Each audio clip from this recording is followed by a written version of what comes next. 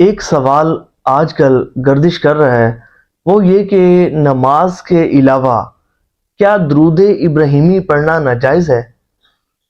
تو دیکھیں، اس کا جواب یہ ہے کہ اگر درود ابراہیمی پڑھنا ناجائز ہے تو مجھے یہ بتائیں کہ پھر کون سا درود پاک ایسا ہے کہ جو پڑھنا جائز ہے۔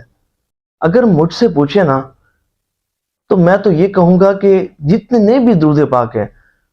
جو درست معنی و مفہوم پر مشتمل ہیں، اگرچہ ہر درود کی اپنی ہی شان و عظمت ہے، لیکن سب درود مل کر بھی درود ابراہیمی کی فضیلت کو نہیں پا سکتے، کیونکہ یہ حضور نبی پاک علیہ الصلوۃ والسلام کی زبان اقدس سے نکلا ہے۔ آپ نے خود بھی اس درود پاک کو پڑھا اور پڑھنے کا حکم ارشاد فرمایا ہے۔ اور اگر کوئی شخص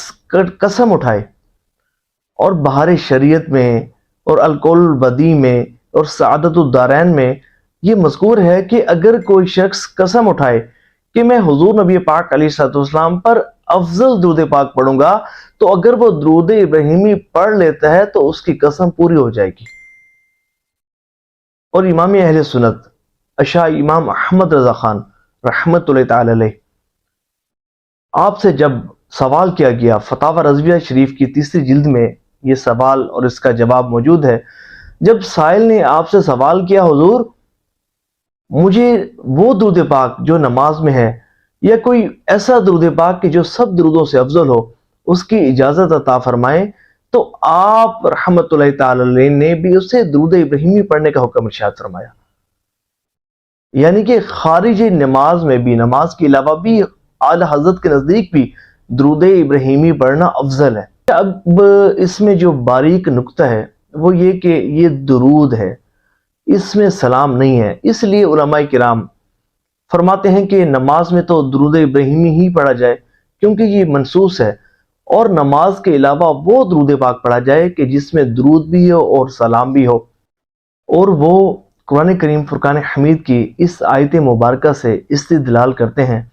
رب کریم فرماتا ہے نا، یا ایھا الذین آمنوا صلوا علیہ وسلموا تسلیما،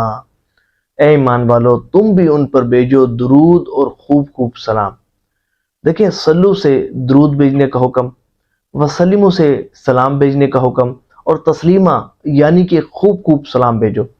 تو اگر کوئی شخص ساری زندگی درود ابراہیمی پڑھتا رہے تو اس کا رب کریم کے صرف ایک حکم پر عمل ہوگا، اور دوسرا جو حکم تاکیدی ہے کہ میرے حبیب پر سلام بھی بھیجو،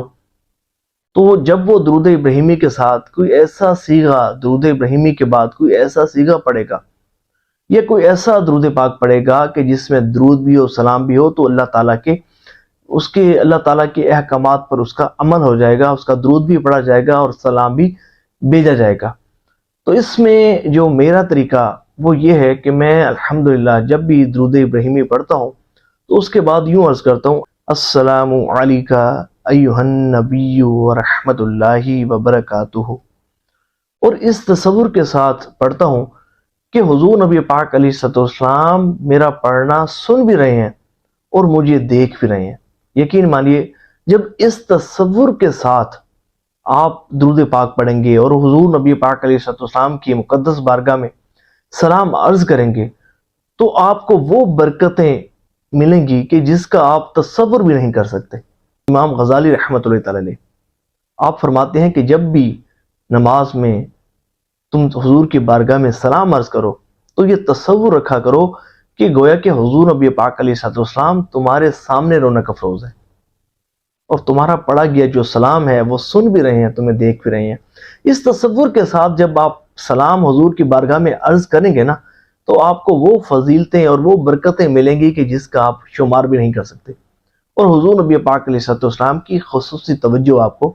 نصیب ہوگی۔ تو دعا ہے کہ اللہ کریم مجھے بھی اور آپ کو بھی کثرت سے درود ابراہیمی پڑھنے کی توفیق عطا فرمائے، کثرت سے درود پاک پڑھنے کی توفیق عطا فرمائے، اور اس کی برکت سے بروز قیامت حضور نبی پاک علیہ الصلوۃ والسلام کی شفاعت نصیب فرمائے، خواب میں حضور کا جلوہ نصیب فرمائے، حضور نبی پاک علیہ الصلوۃ والسلام کے خاص غلاموں میں شامل فرمائے۔